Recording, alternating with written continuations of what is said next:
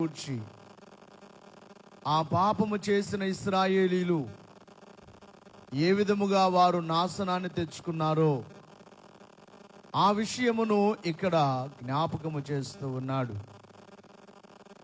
ఇవన్నీ మీకు తెలిసినను, ఇశ్రాయేలీల చరిత్ర మీకు తెలిసినను, దేవుని పిల్లలైన వారికి తెలిసినను, క్రైస్తవ బిడ్డలకు తెలిసినను మరలా జ్ఞాపకము చేయించు ఉన్నాడు. ఇంతకీ ఇశ్రాయేలీలు ఏమి పాపము చేశారు? వారు దేవునికి విరుద్ధమైన చేసిన పాపములు అనేకములు కనబడుచు ఉన్నాయి. అందులో ప్రధానముగా ఒక 7 మనము చూసినట్లయితే, ఇశ్రాయేలీలు దేవునికి విరుద్ధముగా వారు చేసిన మొదటి పాపమును వాక్యములు మనము చూసినట్లయితే, వారు దేవుని నమ్మలేదు, లేక అవిశ్వాసం అనే పాపము. వినాలి, అవిశ్వాసం అనే పాపము. దేవుని మీద వారికి నమ్మకము లేదు. వారి కళ్ళ ముందు ఎన్ని కార్యాలు జరిగినా, వారి కళ్ళ ముందు అద్భుతాలు జరిగినా, వారి యొక్క కళ్ళ ముందే ఐగుప్తు దేశములో అందరి గృహాల్లో మరణం వచ్చినా కూడా ఇశ్రాయేలీల గృహములలో మరణము లేదు. ఇశ్రాయేలీల గృహములోనికి మరణదూత రాలేదు. అంత గొప్ప కార్యము దేవుడు వారి జీవితంలో చేసిన, అలాగే వారిని ఐగుప్తు దేశములో నుండి బయటికి తీసుకుని వచ్చిన, వారి కళ్ళ ముందు ఎర్ర సముద్రాన్ని పాయలు చేసిన, అలాగుననే వారు రాత్రి వేళ వారికి చీకటి లేకుండా మేఘ స్తంభముగా దేవుడు వారిని వెంబడించిన, పగటి వేళ ఆయన ఒక మేఘ స్తంభముగా, పగటి వేళ రాత్రి వేళ దీప స్తంభముగా వారిని వెంబడించినా కూడా ఇన్ని కార్యాలు వారి జీవితంలో జరిగినా వారిలో ఏమి లేదంటే విశ్వాసము లేదు. ఈ దినములలో కూడా చాలా మంది దేవుని పిల్లలైన వారు వారి జీవితంలో దేవుడు ఎన్ని కార్యములు చేసినా దేవుని సంపూర్ణముగా నమ్ముటలేదు. దేవుని మీద వారు విశ్వాసం ఉంచటలేదు. దేవుని పిల్లలైన వారు చేసే పాపము, అవిశ్వాసము, అది దేవునికి చాలా బాధకరమైనది. దేవుని నమ్మకపోవుట, దేవుని యొద్దకు వచ్చిన వారు ఆయన ఉన్నాడని, తన్ను ఫలము దయచేయు, తన్ను వెదకు వారికి ఫలము దయచేయునని నమ్మవలెను కదా అని వాక్యములో హెబ్రీ పత్రికలో 11వ అధ్యాయంలో మనం చూస్తాం. గనుక ప్రియులారా, ఇశ్రాయేలీల పాపం ఏమిటంటే మొదటిగా అవిశ్వాసము. దేవుడు మన జీవితంలో చేసిన కార్యములను తలంచుకొని మనలో విశ్వాసం పెరగాలి, గాని అవిశ్వాసం అనేది అది పాపము అని బైబిల్ చెబుతుంది. గమనించాలి ప్రియులారా, దేవుని యొక్క వాక్యములో వారు ఏ పాపము చేశారు అంటే అవిశ్వాసం అనే పాపము.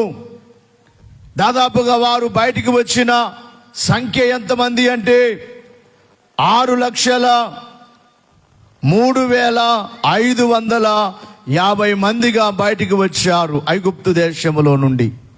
ఒకసారి మాట బైబిల్లో సంఖ్యాకాండం 1వ అధ్యాయం 45-46 వచనాలు ఒక్కసారి చదువుకుందాం. సంఖ్యాకాండం 1వ అధ్యాయం 45-46 వచనాలు.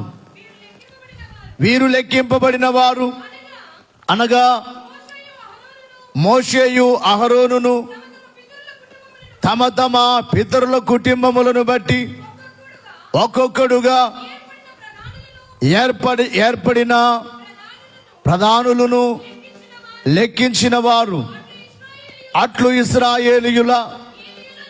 ఇశ్రాయేలీయులలో తమ తమ పితరుల కుటుంబముల చొప్పున లెక్కింపబడిన వారందరూ అనగా 20 ఏండ్లు మొదలుకొని పై ప్రాయము కలిగిన సేనగా బయలు వెళ్ళిన ఇశ్రాయేలీయులందరూ లెక్కింపబడి, గమనించాలి, 6,03,550 మంది అయ్యారట లెక్క. 6,03,055 మంది బయటకు వచ్చారు. కానీ అందులో కానాను దేశములోనికి చేరింది అందరూ ఇద్దరే, కాలేబు, యెహోషువ మాత్రమే. ఎందుకు వారు వెళ్ళలేకపోయారో మా చూడాలి, వినాలి. మిగిలిన వారందరిలో ఏమి లేదంటే విశ్వాసము లేదు. మనము కానాను దేశమును జయించలేము, కానాను దేశానికి వెళ్ళలేము. వారు ఇదిగో నెఫీనీయుల వలె ఉన్నారు, బలముగా ఉన్నారు, చాలా బలవంతులు వారు, వారిని మనము జయించలేము అని ఆ ప్రజలను చూచిన వీరు అవిశ్వాసము కలిగి ఉన్నారు. ఈ ఇద్దరు మాత్రమే దేవుడు మనకు తప్పకుండా విజయమునిస్తారు అన్నారు. 40 దినాలు వారు వేగు చూచుటకు వెళ్ళారు. 40 రోజులు వారు వేగు చూడడానికి, ఆ దేశాన్ని, ఆ పరిస్థితులన్నీ చూడడానికి వెళ్ళారు. వెళ్ళిన వారిలో గమనించాలి, ఇద్దరు మాత్రమే గొప్పగా సాక్ష్యం చెప్తున్నారు, యెహోషువ, కాలేబు మాత్రమే. అయితే మిగిలిన వారందరూ కూడా అక్కడ బలహీనమైన మాటలు మాట్లాడుచున్నారు, మనము జయించలేమని. దయచేసి మీరు మనసు పెట్టట్లేదు, వినట్లేదు సరిగా. చిన్నపిల్లలు తిరిగొద్దు, ఒక చోట కూర్చోండి. అందరూ అమ్మాయిలో చూడాలి, అందరూ వినాలి. వినకపోతే మీకు విశ్వాసం రాదు. వినుట వలన ఏమి కలుగును? గట్టిగా చెప్పాలి. వినకపోతే విశ్వాసం రాదు. వినుట క్రీస్తును గూర్చిన మాటల వలన మనకు విశ్వాసం కలుగుతుందని రోమపత్రికలో మనం చూస్తాం. కనుక ప్రియులను గమనించాలి, వీరు అవిశ్వాసము. సంఖ్యాకాండం 14వ అధ్యాయములో 34, 35 వచనాల్లో కూడా వీరు ఆ దేశమును సంచరించి సూచిన 40 దినముల లెక్క ప్రకారం 40 రోజులు వేగు చూడడానికి వెళ్ళారు. ఆ లెక్క ప్రకారము దినమునకు 1 సంవత్సరము చొప్పున 40 సంవత్సరాలు మీ దోష శిక్షను భరించి నేను మిమ్మును రోసి వేసినట్లు తెలుసుకుందురు. ఇది యెహోవాను, నేను చెప్పిన మాట. నాకు విరోధముగా కూడి చెడ్డదగు ఈ సర్వ సమాజమునకు నిశ్చయముగా దీని చేసేదను. ఈ అరణ్యములో వారు క్షీణించిపోవుదురు, ఇక్కడనే చనిపోవుదురు అని చెబుతున్నాడు దేవుడు. 40 రోజులు వెళ్ళారు కదా చూడడానికి. దినమునకు 1 రోజు చొప్పున 40 సంవత్సరాలు ఇక్కడే తిరగాలి. వారు కానానులోనికి వెళ్ళలేరు. ఎందుకంటే వారిలో అవిశ్వాసం. ఇన్ని కార్యాలు చూచినా వారు ఇదిగో నన్ను నమ్మలేదు. అవిశ్వాసం అనే పాపం వారిలో ఉంది. దాని ఎబ్రీ పత్రికలో అపోస్తలుడైన పౌలు ఆ అవిశ్వాసమును గూర్చి తాను తెలియచేస్తూ ఉన్నాడు. 3వ అధ్యాయం 19వ వచనములో వ్రాయబడిన మాటను చూస్తే, కాగా అవిశ్వాసము చేతనే వారు ప్రవేశింపలేకపోయిరి. గ్రహించుచున్నాము. ఎందుకు వారు కానానులోకి వెళ్ళలేకపోయారు అంటే, ఎందుకు వారు వాగ్దాన భూమిలో అడుగు పెట్టలేకపోయారు అంటే, ఒకే ఒక పాపము, ఒకే ఒక కారణము, అది అవిశ్వాసము. దేవుడు అంటున్నారు, ఈ అరణ్యములోనే మీరు నశించిపోతారు, ఇక్కడే చచ్చిపోతారు, మిమ్మల్ని వెళ్ళనివ్వను. వారి యొక్క అవిశ్వాసమును బట్టి వారు కానాను దేశములోనికి వెళ్ళలేకపోయారు. జాగ్రత్తగా వినాలి. ఈ రోజున దేవుని సేవకునిగా నేను చెప్తున్నాను, ఇంత సేవ మంది జరుగుతూ ఉంది కళ్ళ ముందు. కొంతమంది ఇంత సేవ జరుగుతున్న అవిశ్వాసపు మాటలు. నేను ఎప్పుడు అంటాను, ఇంత చేసిన దేవుడికి ముందు చేయరా? నేను నమ్ముతాను ఎంత చేస్తారో. ఇంకా ఇప్పుడు ఇంత చేశారు. నిర్దినము స్తుతి కూటం చేసుకున్నాం. మీరు కింద పరిచారు కదా, ఆ పట్ట వేసుకొని ప్రారంభించిన సేవ. ఈ స్తంభం ఆ స్తంభం అంత పొడవు, అంతే. ఓ 10 అడుగులు 12 అడుగులు ఉంటుంది అంత పొడవు. ఆ పట్ట వేసినప్పుడు గాలికలాగా గాలి వస్తే పట్ట పైకి లేసేదన్నమాట. అలా ఆ ఫోటోలో చూస్తారు మీరు, కొంతమంది వెళ్ళి ఆ కర్రను పట్టుకొని ఉన్నారు. అలాగా ఆ పట్టను కర్రను గట్టిగా పట్టుకొని నిలబడ్డారు. ఇలాగా ఆరాధన అయ్యే వరకు అలాగ నిలబడేవారు. ఎంత నడిపించారు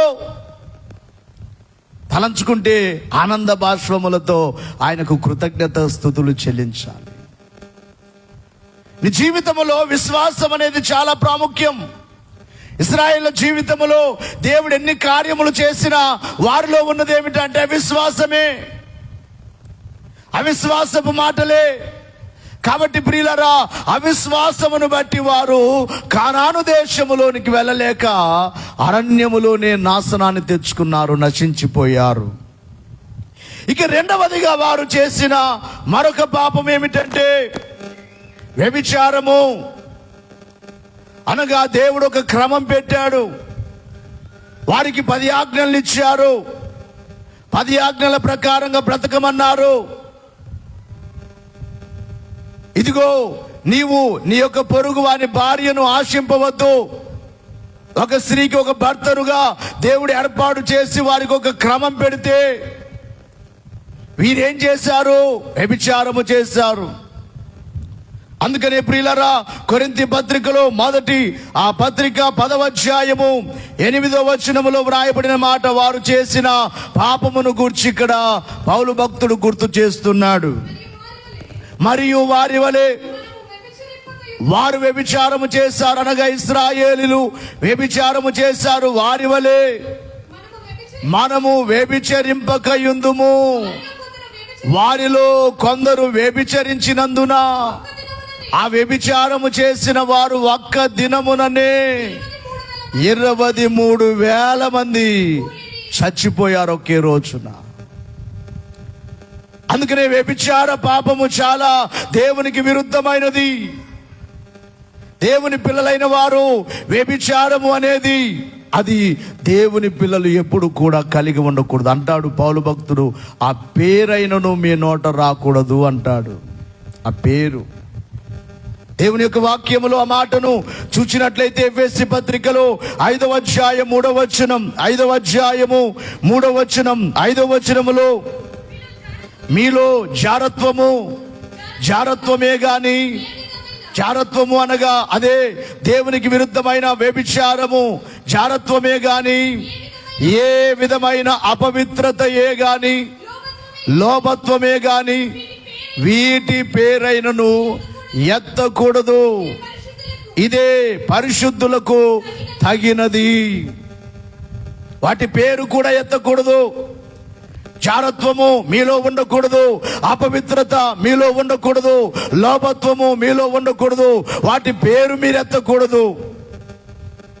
పరిశుద్ధులకు ఇదే తగినది. వారు వ్యభిచారము చేసి నాశనము తెచ్చుకున్నారు. ఈ రోజున కూడా చాలా మంది వ్యభిచార పాపములో ఉండి తద్వారా కుటుంబాన్ని నాశనము చేసుకుంటున్నారు. కనుక ప్రియులారా, మీ అందరికీ చెప్పే మాట అక్కడ 5వ వచనములో కూడా పౌలు భక్తుడు అంటాడు, వ్యభిచారి అయినను, ఒకవేళ వ్యభిచారము చేసేవారైనను, అపవిత్రుడైనను, విగ్రహారాధికుడైన లోబి అయినను, క్రీస్తు యొక్కయు దేవుని యొక్కయు రాజ్యమునకు హక్కుదారుడు కాడను సంగతి మీకు నిశ్చయముగా తెలియను. జాగ్రత్తగా గమనించాలి. వ్యభిచారి అయినను, అపవిత్రుడైనను, లోబి అయినను, విగ్రహారాధికుడైనను దేవుని రాజ్యమునకు హక్కుదారుడు కాడు. గమనించాలి ప్రియులారా, ఈ రోజున కూడా చాలా మంది ఈ పాపములో ఉన్నారు. వ్యభిచారం అనే పాపము. ఒక మాట యేసు ప్రభు చెప్పారు. వ్యభిచారమును గూర్చి ఏమన్నారు? వ్యభిచారము చేయవద్దన్న మాట మీరు విన్నారు, కానీ యేసు ప్రభు ఏం చెప్పారు? ఇలా చూడాలి. ఒక స్త్రీని మోహపు చూపుతో చూచు ప్రతివాడు అప్పుడే తన హృదయమందు ఏమి చేశాడు? వ్యభిచారము చేశాడు. ఒక స్త్రీని నీ చెల్లిగా, నీ సహోదరిగా చూడకుండా, నీ భార్యే నీ భార్య, ఇది దేవుని క్రమం. నీ భర్తే నీ భర్త, ఇది దేవుని క్రమం. అందుకే చాలాసార్లు చెప్తూ ఉంటాను, నీ భర్తను నువ్వు ఎడబాయవద్దు, నీ భార్యను నువ్వు ఎడబాయవద్దు. అలాగూ ఎడబాటును బట్టి అపవిత్రత కలుగుతుందని 7వ అధ్యాయములో కొరింథీ పత్రికలో వివాహ బంధమును గూర్చి అక్కడ 9 విషయాలు అపోస్తలుడైన పౌలు రాస్తాడు. యవనస్తులు ఎలాగుండాలి, వివాహమైన వారు ఎలాగుండాలి, మీరింటికి వెళ్ళిన తర్వాత చదువుకోండి. అదొక సబ్జెక్ట్, ఒక రోజున మీకు చెప్తాను. దేవునికి మహిమ కలుగును గాక. కనుక ప్రియులారా, చూపే పాపం అన్నాడు. అయ్యగారు దీన్ని పాటగా, దేవదాస్ అయ్య గారు పాటగా పాడుతూ ఏమన్నారంటే, పాప క్రియలు లేకపోయినా, పాప క్రియలు లేకపోయినా చూపే పాప మని బోధించిన యేసునామా మెంతో మధురం. పాపక్రియలు లేకపోయినా, నీ వెళ్ళి ఆ స్త్రీతో లేక ఆ పురుషునితో పాపము చేయకపోయినా, ఒకవేళ నీ తలంపుల్లో, నీ చూపుల్లో, అందుకే అంటున్నాడు చూపే పాపము. ఇంకెంత పరిశుద్ధముగా ఉండాలి, ఇంకెంత పరిశుద్ధముగా ఉండాలి. ఒకవేళ నీవు అలాగ ఉండలేకపోతే, అలాగ ఉండలేని ఇశ్రాయేలీయులు వ్యభిచారము చేసినందున ఒక్క దినమున ఎంతమంది చచ్చిపోయారు? 23,000 మంది కూలిపోయారు. వారు వ్యభిచారము చేశారు, వారి వలె మీరు వ్యభిచారము చేయవద్దు అని ఇక్కడ దేవుడు మనకు గుర్తు చేస్తూ ఉన్నాడు. ఇక 3వదిగా వారు చేసిన పాపం ఏమిటంటే అవిధేయత, మాట వినకపోవుట.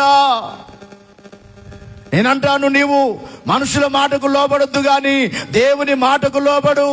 దేవుడు అందరితోనూ మాట్లాడుచున్నాడు, ప్రతి ఒక్కరితో దేవుడు మాట్లాడుచున్నాడు తన వాక్కు ద్వారా.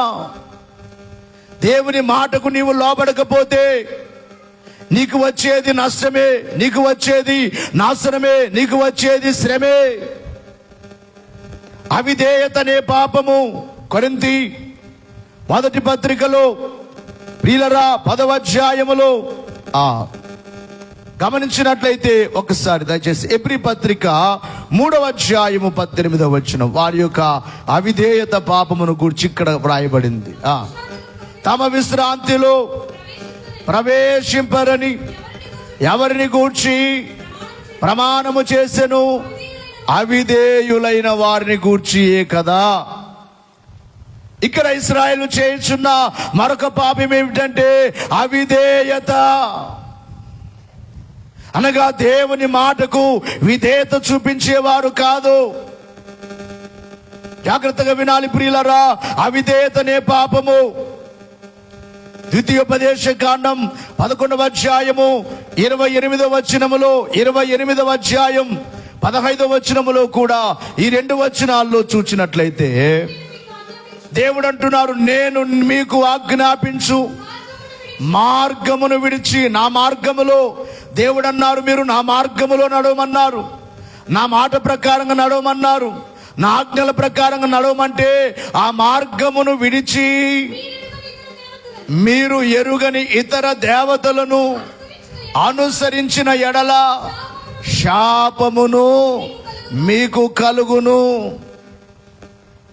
మీరు అవిధేయులైతే, నేను ఏర్పాటు చేసిన ఒక మార్గమును విడిచిపెట్టి మీరు వెళ్ళినట్లయితే మీకు వచ్చేది ఏమిటంటే దాని ద్వారా శాపము కలుగును. మరొక వచనాన్ని 28:15లో చూచినట్లయితే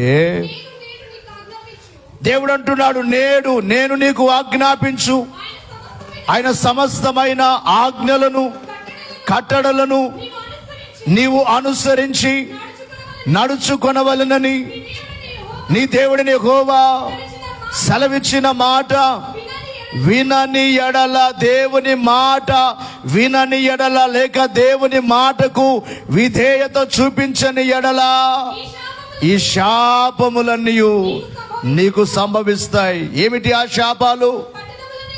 నీవెక్కడైతే నివాసం చేస్తున్నావో నీ పట్టణములో నీకు శాపమే. ఒకవేళ నీవు వ్యవసాయం చేయించున్నట్లయితే నీ వ్యవసాయములో నీకు శాపమే. ఒకవేళ నీవు వ్యాపారం చేయించున్నట్లయితే నీ వ్యాపారములో కూడా నీకు శాపమే. ఒకవేళ నీ భోజన పదార్థములలో కూడా నీకు శాపమే. నీకు ఒకవేళ సంతానము కలిగినట్లయితే ఆ సంతానము కూడా ఆరోగ్యముగా ఉండలేరు, సంతానమునకు కూడా శాపమే. నీ భూమి పంట, నీ ఆవులు, నీ గొర్రె మేక మందలు శపింపబడును. నీవు లోపలికి వచ్చిన, ఇంటిలోనికి వచ్చిన శాపమే. నీవు బయటికి ఏ పని మీద వెళ్ళినా శాపమే. నీవు నన్ను విడిచి చేసిన ఈ దుష్కార్యముల చేత నీవు హతము చేయబడి వేగముగా నశించు వరకు నీవు చేయబోను కార్యములన్నిటినీ విషయములోను యెహోవా శాపమును, కలవరమును, గద్దింపును నీ మీదికి తెప్పించును. జాగ్రత్తగా వినాలి. అవిధేయత, మాట వినకపోవుట. దేవుని మాట ఈ రోజున కూడా చాలా మంది వింటున్నారు, విడిచిపెడుతున్నారు. దేవుని మందిరానికి మొన్న ఒక అతను త్రాగి వచ్చాడు మందిరంలో సంస్కారానికి.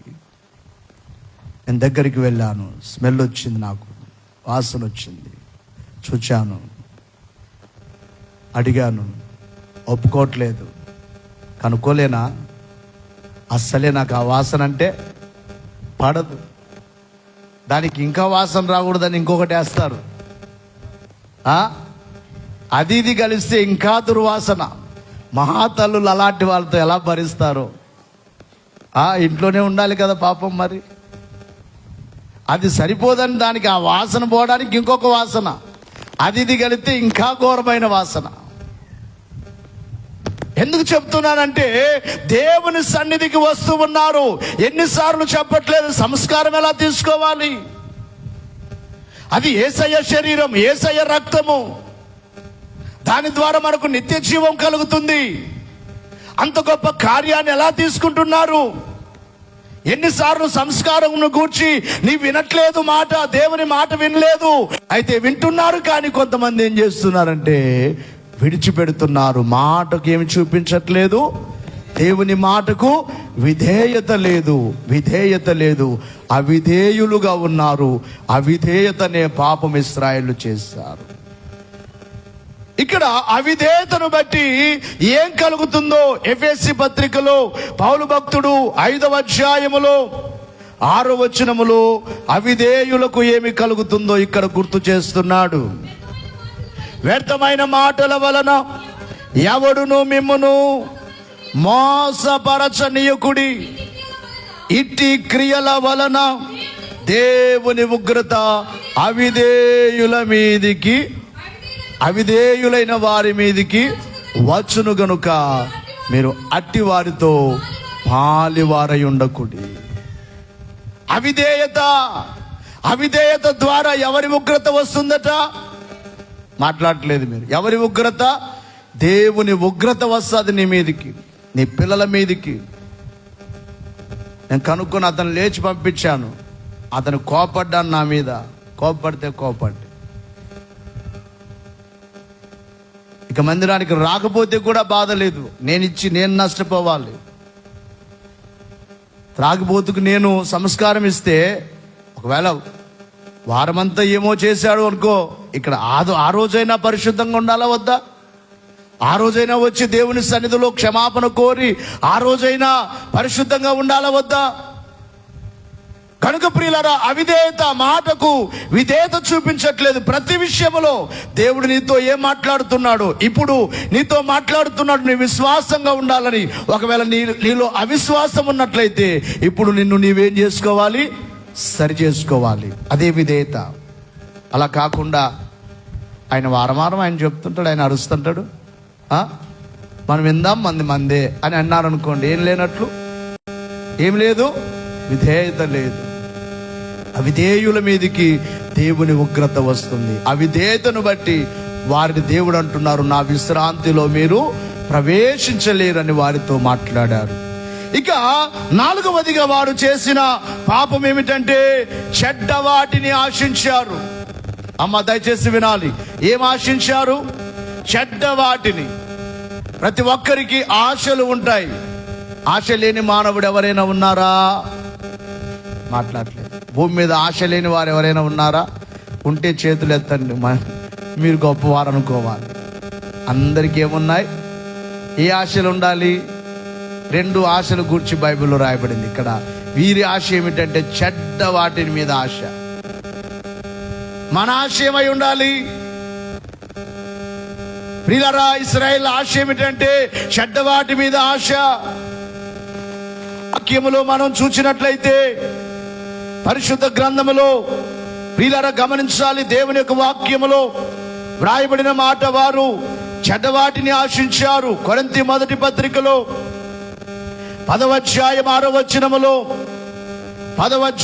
వచనములో వారు ఆశించిన ప్రకారము మనము చెడ్డవాటిని ఆశించకుండానట్లు ఈ సంగతులు మనకు దృష్టాంతములుగా ఉన్నవి. ఇక్కడ వీరు ఆశించినది ఏమిటంటే మంచి వాటిని ఆశించట్లేదు, చెడ్డ వాటిని ఆశించారట. ఏమిటి ఆశ అంటే సంఖ్యాకాండం 11వ అధ్యాయం 5వ వచనములో వారి ఆశను గూర్చి వ్రాయబడింది. ఏమిటి ఆశ? మరలా వెనక్కి వెళ్ళాలనే ఆశ. ఎక్కడికి వెళ్ళాలి? ఏ ఐగుప్తుని విడిచిపెట్టి వచ్చారో మనం పాడుకుంటాం. ఎవరైనా చనిపోయినప్పుడు పాడతాం ఏమని? ఐగుప్తు ఆశలన్నీయు విడచి రంగుగా యేసుని వెంబాడించి.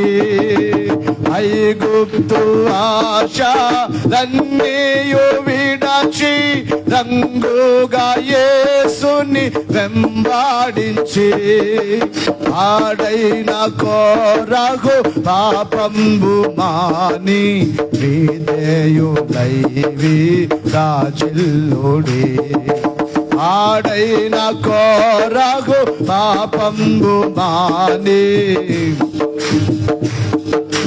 రాజిల్లుడే.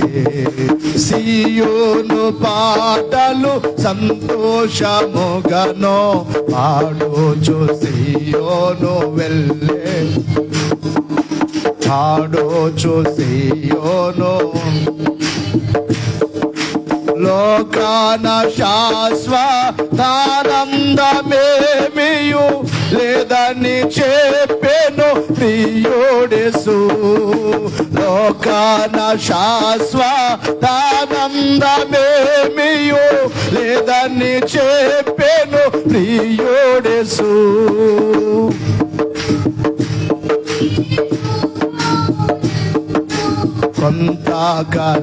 కొంతకాలమెన్నో శ్రమలు పొందవలెని లోకమునందు. కొంతకాలమెన్నో శ్రమలు సియోను పాటలు సంతోషము పాడోచు సియోను. గట్టిగా చప్పలు కొడదాం. ఐగుప్తును విడచినట్టి మీరు అరణ్యవాసులే ఈ దారాలు. ఐగుప్తును విడచినట్టి అరణ్యవాసులే ఈ దారాలు. నిత్యాని వాసము దేదేలలోన నేత్రాలు కానానుపై నిల్పుడి. నిత్యాని వాసము దేదేలలోన నేత్రాలు కానానుపై నిల్పుడి. సియోను పాటలు సంతోషముగను పాడోచు సియోను.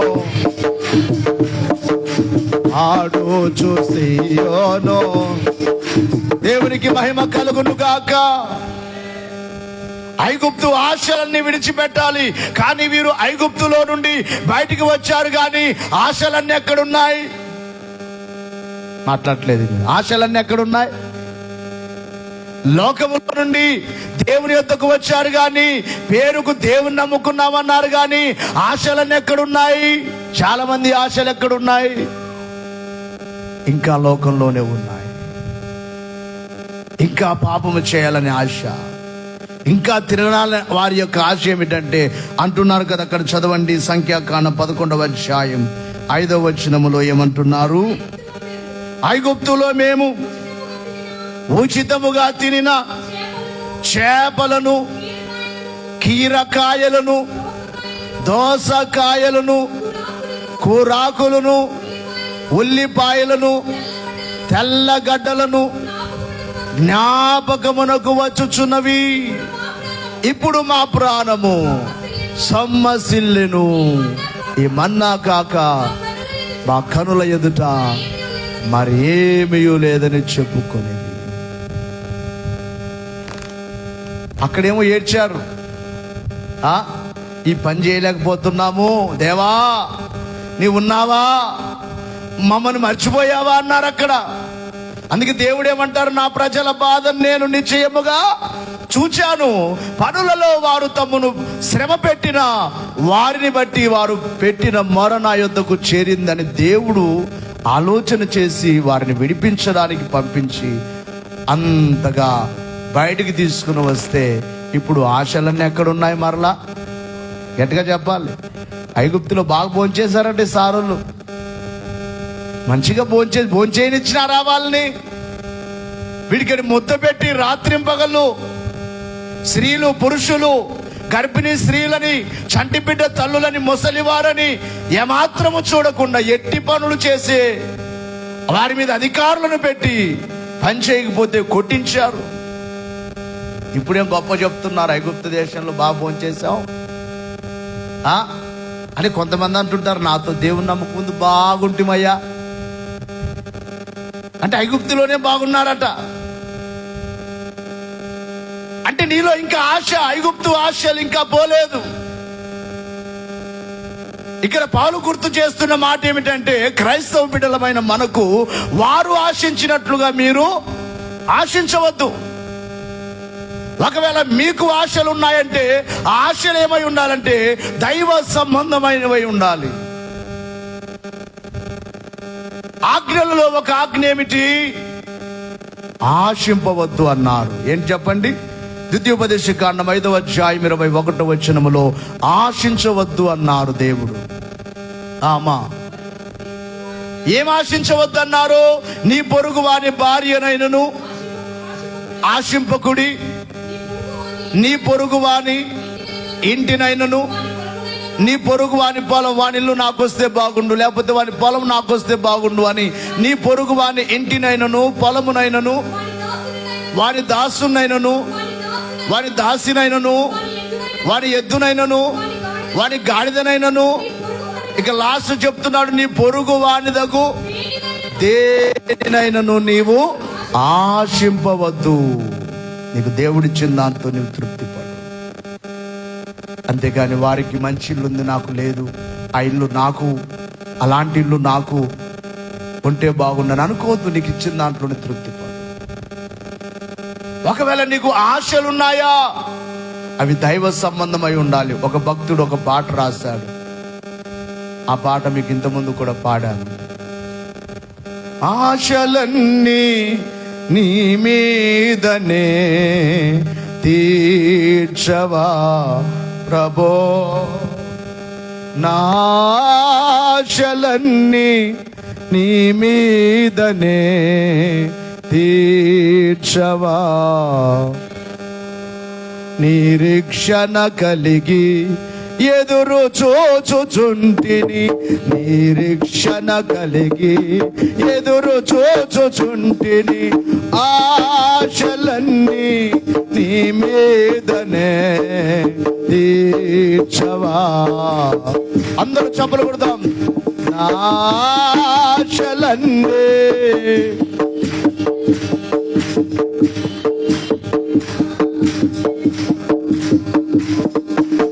విరిగిన మనసు, నలిగిన హృదయం, విరిగిన మనసు, నలిగిన హృదయం, ఎండిన ఎముకనై నేనుంటిని, ఎండిన ఎముకనై నేనుంటిని, ఎండిన ఎముక ఎముకనై నేనుంటిని, ఎండిన ఎముకనై నేనుంటిని. ఆశలన్నీ నీ మీదనే ప్రభో, నా ఆశలన్నీ పాడదామందరము తీర్చవా. పక్షిరాజు యవ్వనం మలి నూతన పరచుమా, అలయక సొలయక మరుగెత్తెద సేవలో. పక్షిరాజు యవ్వనం మలి నూతన పరచుమా, అలయక సొలయక మరుగెత్తెద సేవలో. నీ కొరకై ఆశ కలిగినట్టి వారు ధన్యులు, నీ కొరకై ఆశ కలిగినట్టి వారు ధన్యులు. గుప్పిలి విప్పిన కోరిక తీర్చుమా, గుప్పిలి విప్పిన కోరిక తీర్చుమా. ఆశలన్నీ నీ మీదనే ప్రభో, ఆశలన్నీ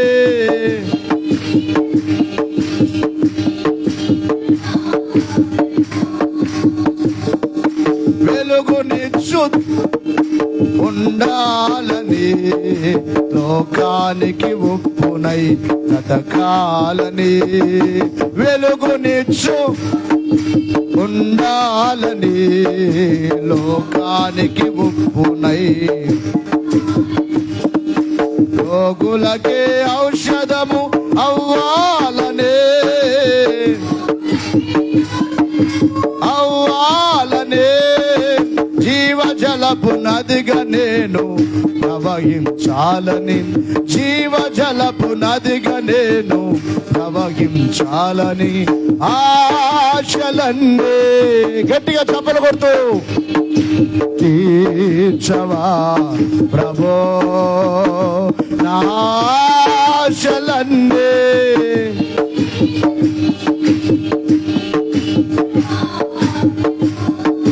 మండుచున్న సంగములను ప్రభు కొరకై కట్టెదా, కోట్లాది ఆత్మలను సిలువ చెంత చేర్చెదా. మండుచున్న సంగములను ప్రభు కొరకై కట్టెదా, కోట్లాది ఆత్మలను.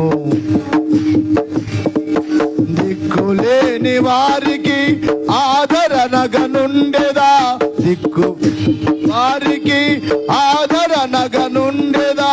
కడవరకు నీ ప్రేమ లోకమంత చాటెదా, కడవరకు నీ ప్రేమ లోకమంత చాటెదా. ఆశలన్నీ నీ మీదనే చప్పలు కొడుతూ అందరము.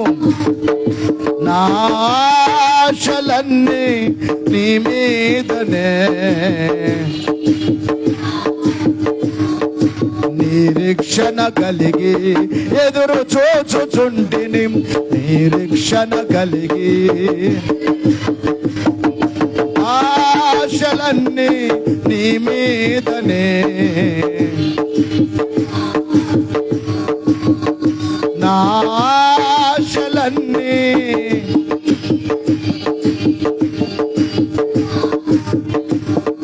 విరిగిన మనసు నలిగిన హృదయం, విరిగిన మనసు ఎండిన ఎముకనై నేనుంటిని, ఎండిన ఎముకనై నేనుంటిని, ఎండిన ఎముకనై నేనుంటిని, ఎండిన ఎముకనై నేనుంటిని, ఎండిన ఎముకనై నేనుంటిని, ఎండిన ఎముకనై నేనుంటిని. ఆశలన్నీ నీ మీదనే ప్రభో, నా ఆశలన్నీ తీర్చవా ప్రభో.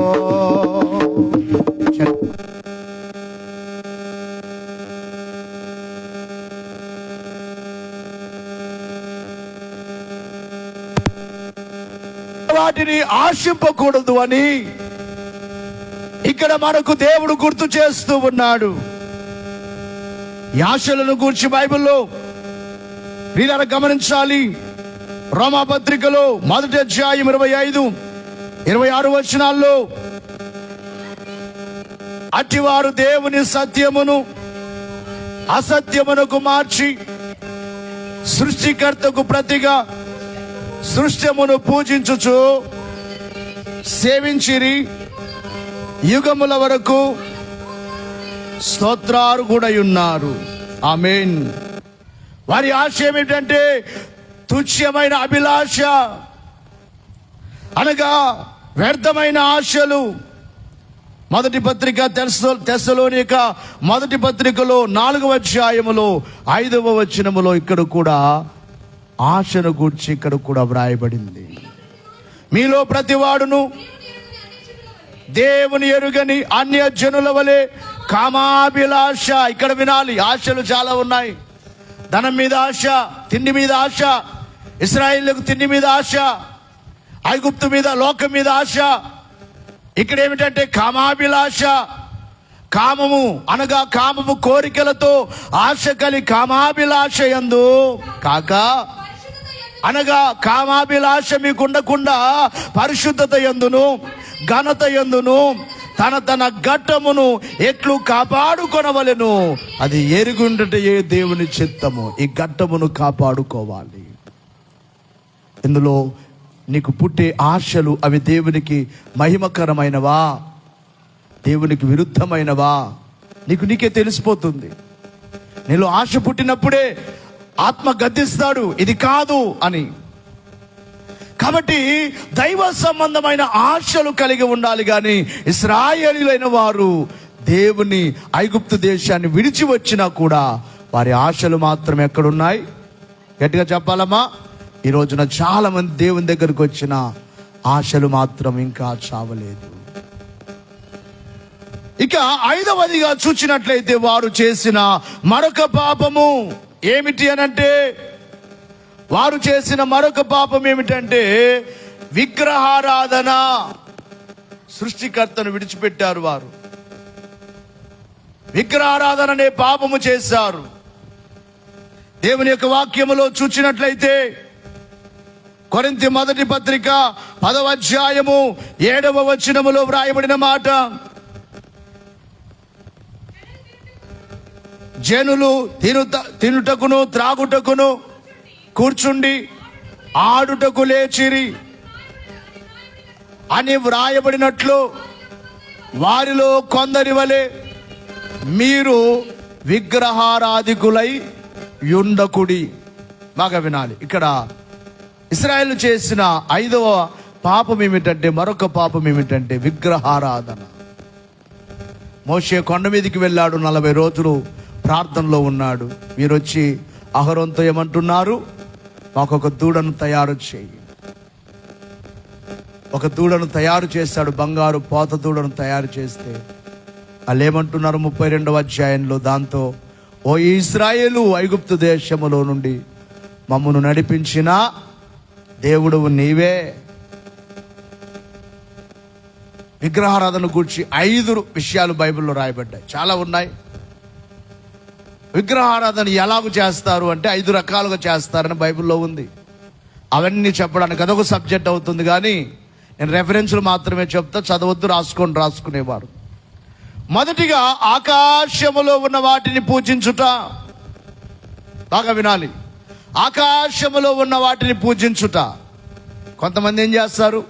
ఉదయం లేవగానే మాట్లాడలేదు, సూర్య నమస్కారం. నాకు తెలిసిన ఒక పెద్ద ఆయన శివభక్తుడు ఎన్నిసార్లు వాదించాడో ఆయన నాతో. ఉదయం లేస్తే ఆయన ఏంటంటే ఆకాశానికి నమస్కారం చేస్తాడు. ఒక రోజున చాలా సీరియస్ అయిపోయాడు, గుండె జబ్బు వచ్చింది. హాస్పిటల్కు నేను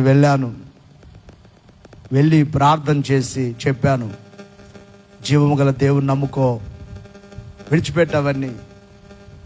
అయితే అతను మారిపోయాడు, నేటికి సజీవంగా ఉన్నాడు. దాదాపుగా ఒక 70-80 సంవత్సరాల వయసు ఉంటుంది ఆయనకి. సజీవంగా ఉన్నాడు.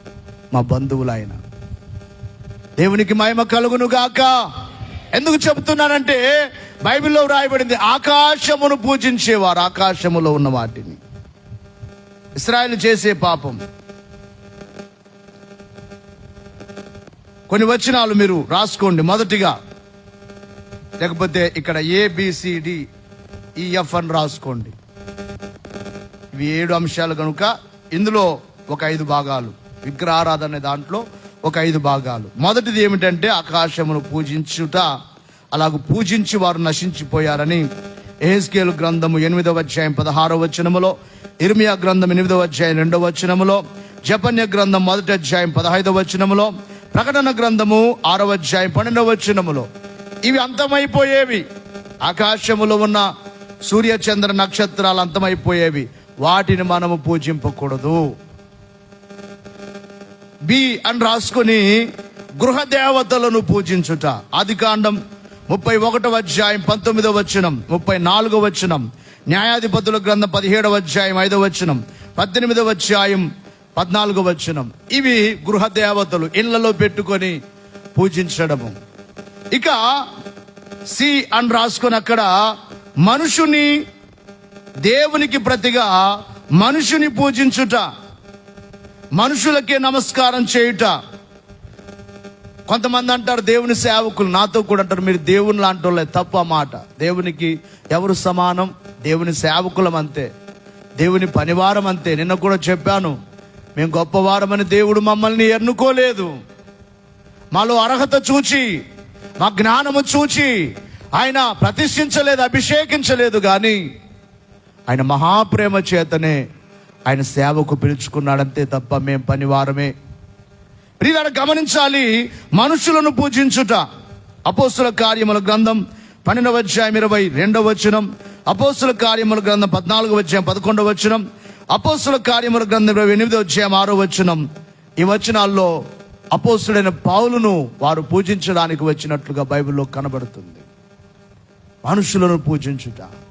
మనిషిని మనిషిగానే చూడు, సేవకుని సేవకునిగా గౌరవించు తప్ప దేవునికి రావలసిన ఘనత ఇక ఎవరికి చెల్లకూడదు, అది చెందకూడదు. ఇక ఈయన రాసుకోండి, ఇక్కడ దయ్యములను పూజించుట. ఏంటి? దయ్యములు. ఓ దయ్యం బట్టి ఊగిపోతుంటే వాళ్ళ దగ్గరికి వెళ్ళి, సామే చెప్పు సామే నా భవిష్యత్తు చెప్పు. అదే దయ్యం బట్టి చస్తుంటే వీళ్ళెళ్ళి సామి చెప్పు సామి ఏం చెప్తుంది? దయ్యములను పూజించుట. బైబిల్లో ఉన్నవే చెప్తున్నాను నేను, మీరు తర్వాత చదువుకోండి. వీలైతే ఒక రోజు దీని గురించి మీకు సపరేట్గా వివరించమంటే వివరిస్తే, ఇప్పుడు సమయం సరిపోదు. దీనికి 1 గంట సేపు కావాలా రెఫరెన్స్లన్నీ చదివిస్తే.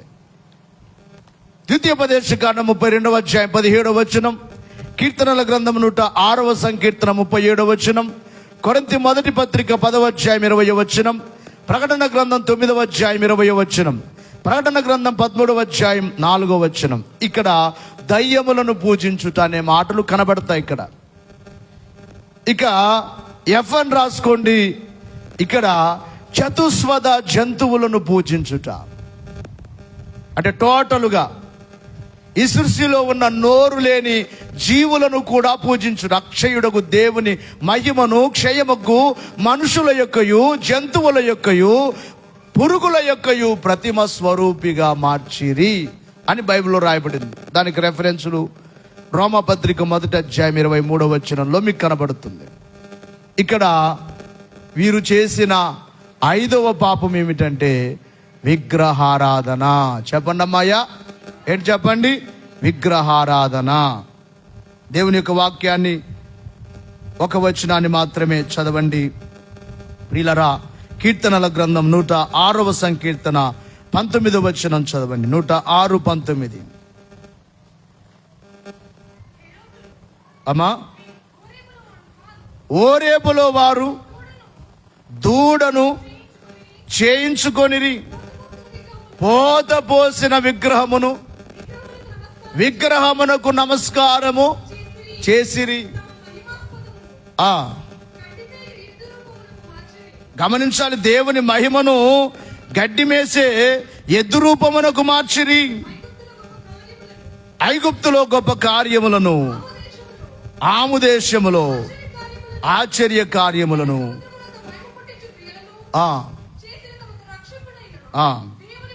మా దేవుని మర్చిపోయారు. దేవుని ఒక జీవి రూపానికి మార్చేశారు. ఏం చేశారు చెప్పండి? పాపం ఏమిటి?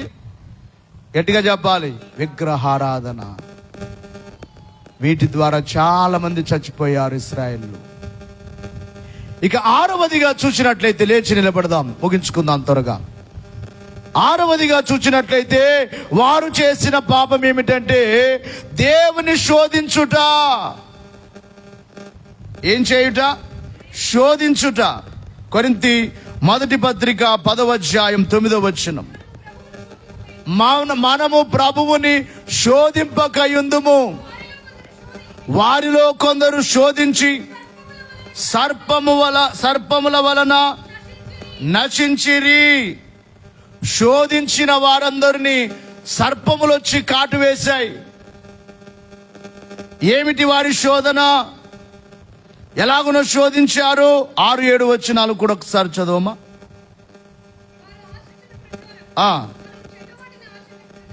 ఒకసారి సంఖ్యాకాండం 21 4వ వచనం, 6వ వచనం, 7వ వచనం. సంఖ్యాకాండం 21 4వ వచనం. ఏదోము దేశములో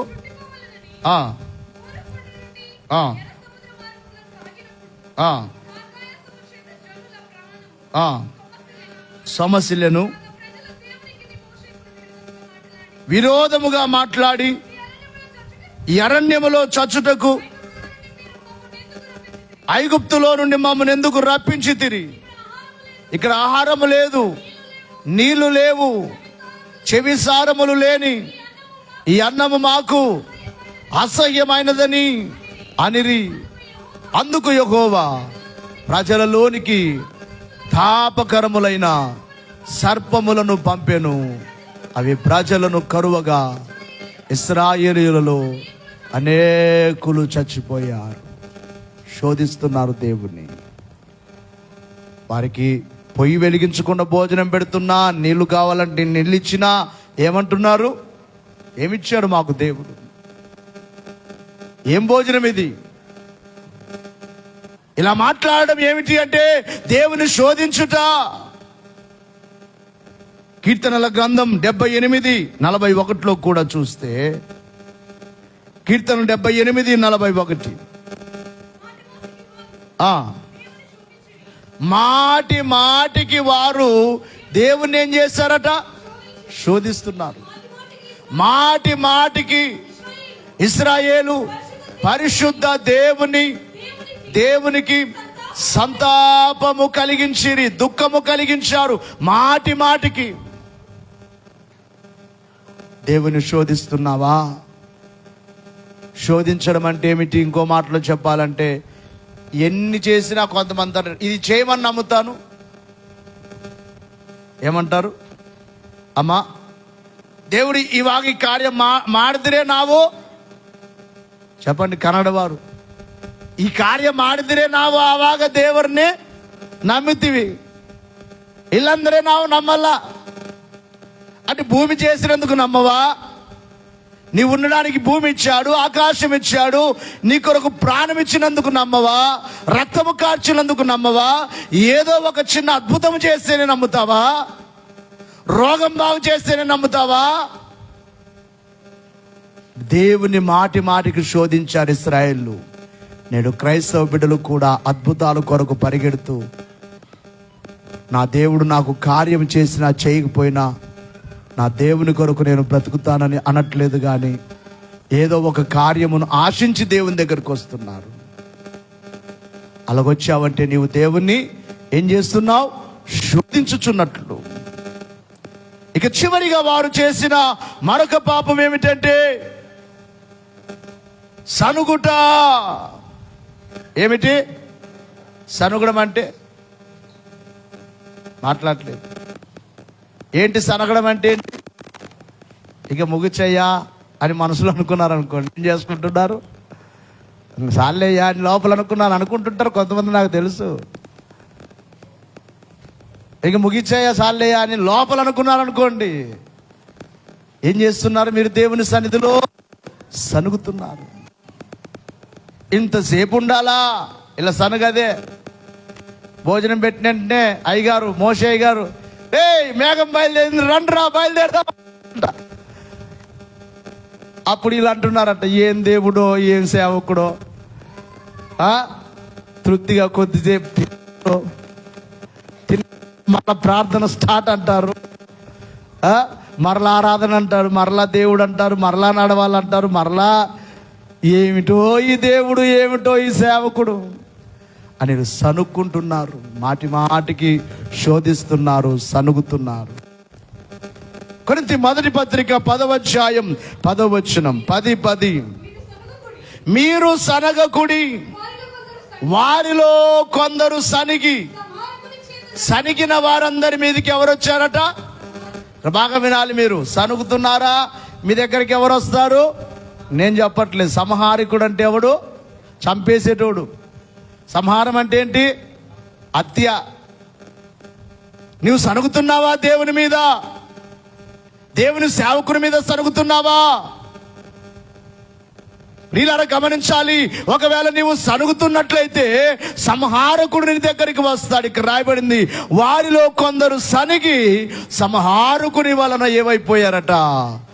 నాశనమైపోయారు, నశించిపోయారు. ఏమని సనిగారు? నిర్గమకాండం 15వ అధ్యాయం 24వ వచనం, 16వ అధ్యాయం 2వ వచనం, నిర్గమకాండం 17వ అధ్యాయం 3వ వచనం, సంఖ్యాకాండం 11వ అధ్యాయం 1వ వచనం, సంఖ్యాకాండం ప్రియులారా గమనించాలి 14వ అధ్యాయం 27, 29 వచనాలు, యూదా పత్రిక 16వ వచనం. ఇక్కడ అన్ని చోట్ల సనుగుడు అనే మాట కనబడుతుంది. మీరు చదవగలిగితే చదవండి, వివరించడానికి సమయం సరిపోదు. త్వరగా నిర్గమకాండం 15:24, నిర్గమకాండం 15:24. నీళ్లు లేవు, అక్కడ నీళ్లు మారాగా చేదుగా ఉన్నాయి, మేమేమి త్రాగుదుమని మోషే మీద సనుగు కొనగా అతడు యెహోవాకు మొరపెట్టెను. గమనించాలి, నీళ్లు లేవు, ఏం చేస్తున్నారు? సనుక్కుంటున్నారు. ఎంతమంది? 6 లక్షల లెక్క, 6,03,555 మంది లెక్క పెట్టుకున్న 6 లక్షల. అందరు చెప్పండి, పలకండి. మీరు మరలా మీకు జ్ఞాపకం ఉండాలి. 6 లక్షల. అందరు అనండి. డబ్బులైతే అంటానేమో 6 లక్షలు ఇస్తామంటే, నేను మీకు 6 లక్షలు కొడుతీవి అందరే ಎಷ್ಟು సారి ఏళ్ళందరూ వెళ్తీవయ్యా రావంటారేమో. 6 లక్షలు కొడుతీవి అందరే. చెప్పండి, ఎన్ని లక్షలు? 6 లక్షల. మాట్లాడలేదు కొంతమంది.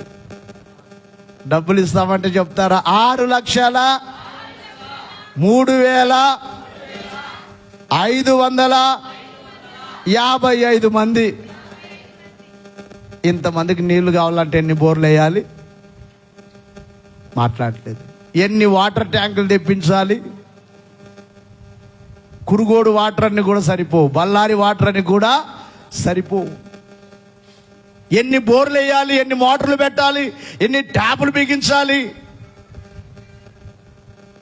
నీళ్లు లేవు అని సనుగుతూ ఉంటే దేవుడు అంటున్నారు, ఇదిగో ఆ నీళ్లలో, మారాగా ఉన్న నీళ్లలో ఒక చెట్టు నరికి వేయగా నీళ్ళు ఏమైపోయాయి? మధురముగా మారిపోయాయి. అదేనమ్మా అక్కడ, అదే కార్యం. మాట 16వ అధ్యాయం 2వ వచనం. ఇక్కడ సనుగుతున్నారు మరలా.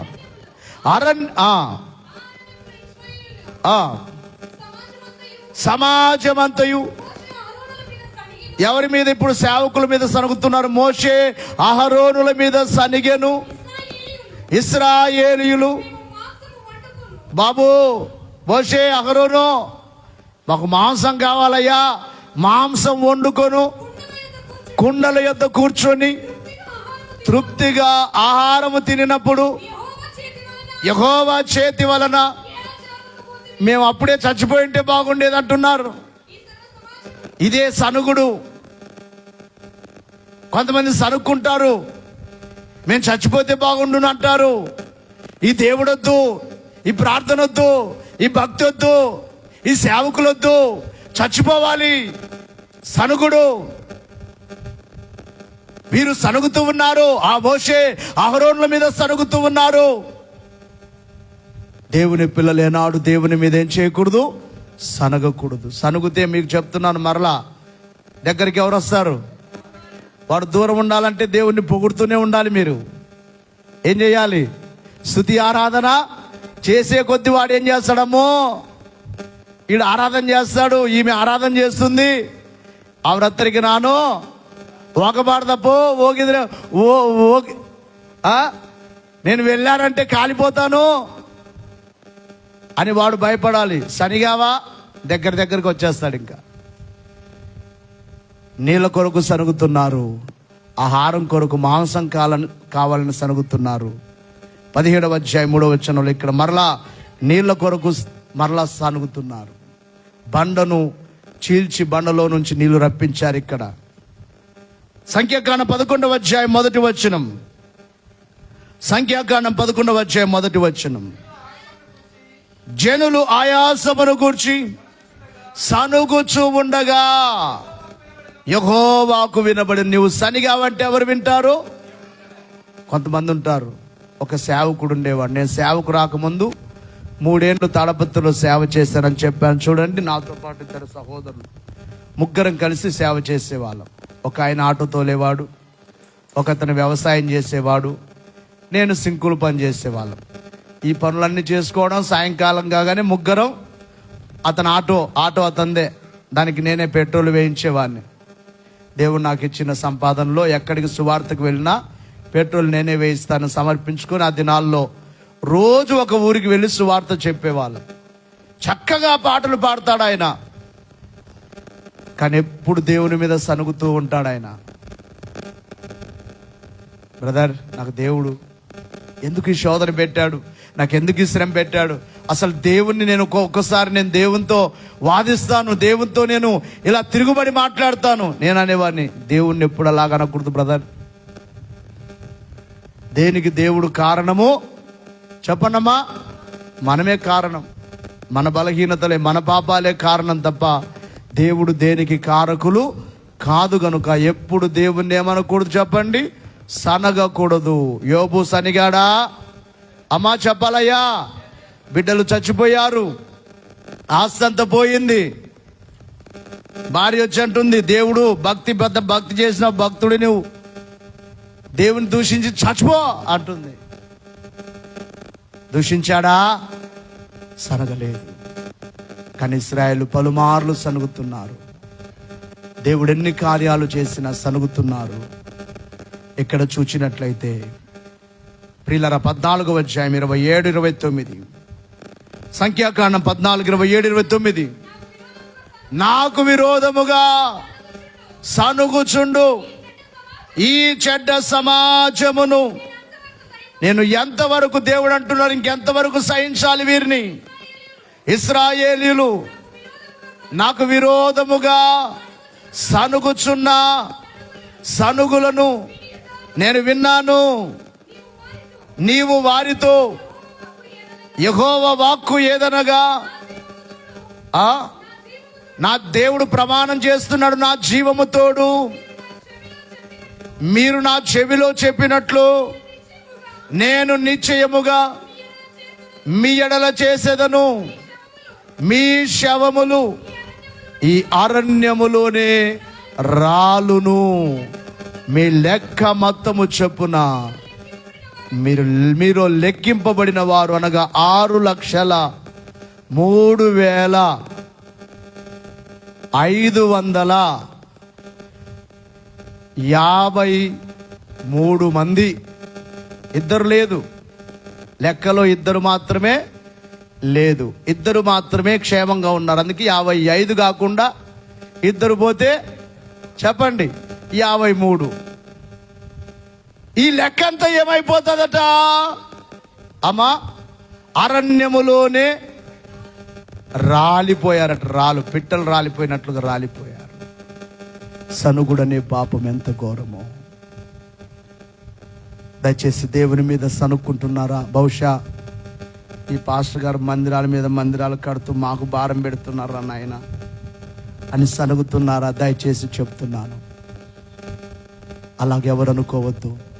నేను చెప్తున్నాను, కనీసం నువ్వు దశంభాగం ఒకటి క్రమంగా ఇవ్వు. నువ్వు మరలా మందిరానికి ప్రత్యేకంగా సమర్పించుకోవాల్సిన అవసరం లేదు. ప్రతి ఒక్కరూ మీలో పనిచేస్తున్నారు. దేవుని మీద ఎవరు సనుక్కోవద్దు. చేద్దాం దేవుని సేవ. ఎందుకు మనకు లోకాశలు, ఐగుప్తు ఆశలు ఎందుకు? ఒకవేళ ఆశపడాలంటే నేను సేవకే వచ్చేవాడిని కాదు. నాకు విస్తారమైన సంపద ఉండేది ఆ దినాల్లోనే ఒక రోజుకు 3,000 రూపాయలు నాకు సంపాదన ఉండేది. ఒక్క రోజుకే 3,000. నేను నిలబడి పని చేస్తే ఒక్క రోజుకు 3,000 సంపాదించేవాడిని. ఆ దినాల్లో 2001 నుంచి 2006 లెక్క వేసుకోండి. నాకు డబ్బు కావాలంటే ఆశలు కాదు, దేవుని కొరకు. అందుకే చూస్తున్నారు, ఈ 18 సంవత్సరాల సేవలో కర్ణాటక వచ్చి ఇప్పటికి 18 సంవత్సరాల్లో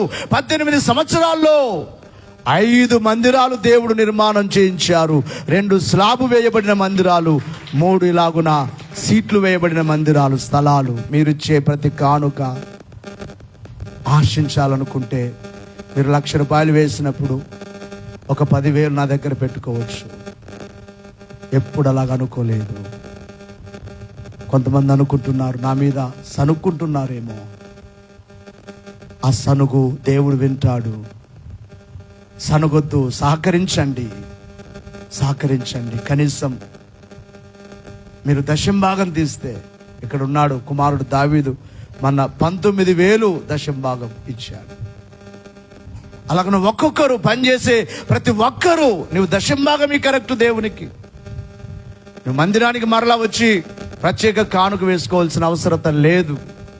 ఆ దశమ భాగములతోనే ఇక ఎన్ని మందిరాలైనా మనం కట్టొచ్చు.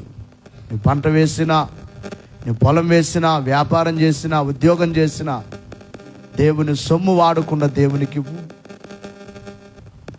దయచేసి చెప్తున్నాను, ఇక్కడ వీరు 7 రకాల పాపాలు చేశారు. ఎన్ని పాపాలు? గట్టిగా చెప్పాలి. మొదటిది ఏమిటి? చెప్పాలి గట్టిగా. అవిశ్వాసము. చెప్పండి ఏంటి? గట్టిగా చెప్పాలి మీరు. ఎన్ని కార్యాలు చూసినా దేవుడు మారుతారప్ప, ఎంగ మారుతారప్ప, నావు సుಮ್ಮನೆ మాట్లాడితే నీవు అని అంటున్నావా? దేవుడు లేకపోతే మనం లేము. మన చోటుకి, మన ఈరాల స్థలాన్ని అడిగి వెళ్తావు, ఆయన దేవుడు లేడు అంటున్నాడు. ఆయన దేవుడు లేకపోతే మనం ఉన్నామా? ఈ గుండె ఆగుతుందా? నిలబడుతుందా? ఇది పనిచేస్తుందా? ఒక నాస్తికుడు అన్నాడు, దేవుడు లేడు అని అతను అంటుంటే ఆ కొడుకుతో మాట్లాడుతున్నాడు, దేవుడు లేడు నాయనా. ఓ పలక మీద రాయమంటున్నాడు. రాస్తున్నాడు. చిన్నపిల్లవాడు కదా, వంకర తింకరగా కరెక్ట్గా రాస్తారా? మాట్లాడట్లేదు. పలక మీద కరెక్ట్ లైన్గా రాస్తారా? అలా రాసి ఇలా రాసి ఆడు రాశాడట, దేవుడు ఇప్పుడే ఇక్కడే ఉన్నాడు అని రాశాడట పిల్లోడు. చప్పట్లు కొడదాం. ఇంకొకతను అన్నాడట, మన గుండె లబ్ డబ్ అని కొట్టుకుంటుంది అన్నాడట. మన గుండె ఏం కొట్టుకుంటుంది? మాట్లాడట్లేదు. లబ్ డబ్ అని కొట్టుకుంటుంది అంటుంటే ఇంకొక ఆయన అన్నాడట, కాదు, మన గుండె ఏమని కొట్టుకుంటుందంటే దేవుడు అని కొట్టుకుంటుంది అన్నాడట. చప్పలు కొడదాం. దేవుడు లేకపోతే నీ గుండె పని చేయదు. దేవుని మీద సనుగొద్దు, దేవుని నమ్ము. ఇశ్రాయేలు అవిశ్వాసం అనే పాపము చేశారు. రెండవదిగా వారు ఏం చేశారంటే, వారు రెండవ పాపం ఏమిటంటే వారు వ్యభిచారం అనే పాపము చేశారు. మూడవ పాపం ఏమిటంటే అవిధేయత అనే పాపము చేశారు. నాలుగవ పాపం ఏమిటంటే చెడ్డవాటిని ఆశించారు. ఐదవ పాపం ఏమిటంటే విగ్రహారాధన చేశారు. ఆరవ పాపం ఏమిటంటే దేవుని శోధించారు. ఏడవ పాపం ఏమిటంటే దేవుని మీద వారు ఏం చేశారు? సనుక్కున్నారు. ఈ జీవితంలో ఒకసారి పరీక్ష చేసుకో. అయ్యా, నేను నీ కొరకు బ్రతుకుతాను తండ్రి. ఈ దినాల్లో, ఈ కడవరి దినాల్లో ఎలాగుండాలో నీవు నాతో మాట్లాడావు. నీ రాకడ సమీపముగా ఉన్నది, యుద్ధములు జరుగుతూ ఉన్నాయి, కరువులు, భూకంపాలు నీ రాకడకు సూచనగా ఉన్నవి. నేను నీ కొరకు బ్రతుకుతానని తీర్మానం చేసుకోనని మోకరించండి, ప్రార్థన చేసుకుందాం. అందరూ మోకరించండి, మోకరించి ప్రార్థన.